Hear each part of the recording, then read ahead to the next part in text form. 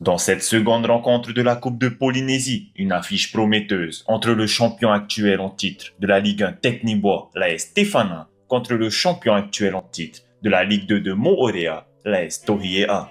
Les joueurs de Moorea ont frappé fort d'entrée.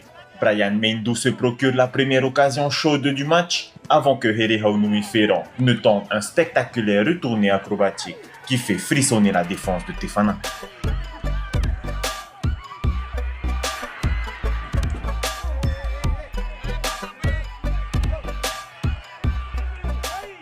Dans la foulée, Tamato Tetawira déborde de son côté droit et déclenche une frappe dangereuse, mais le jeune portier de la Tefana reste vigilant et maintient les siens dans la rencontre.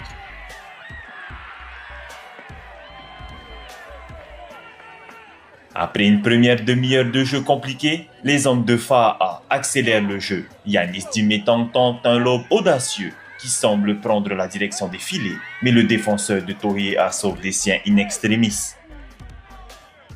Et à la 37e minute, le capitaine de la Stefana Honoura Maretefo déborde de son côté gauche et adresse une passe en retrait parfaitement dosée pour Kamalani Bennett. L'attaquant ne tremble pas et ouvre le score d'une frappe précise. Le score à la pause pour la Stefana est de 1-0.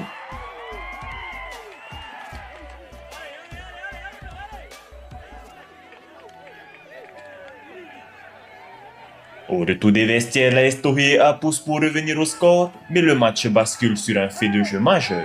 Le capitaine de la Tohiea, Herehaunu'i Ferran, commet 2 fautes successives dans le dos de l'arbitre central. Et après consultation avec son premier assistant, la décision tombe. Le carton jaune initialement donné est annulé et transformé en carton rouge direct.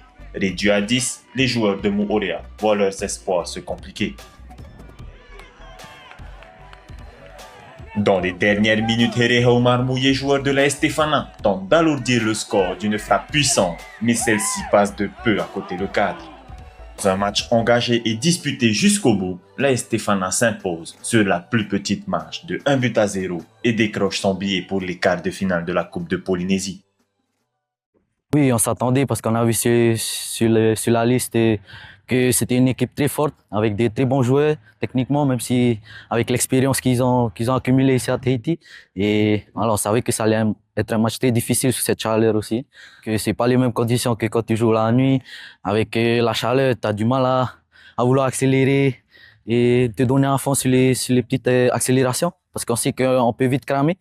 Donc, on a essayé de mieux gérer le match. Il fallait rester solide derrière. On savait que devant, avec Tam, ça allait être difficile. Et devant, avec les peu d'occasions qu'on avait, il fallait les mettre au fond, mais c'est ce qu'on n'a pas pu faire.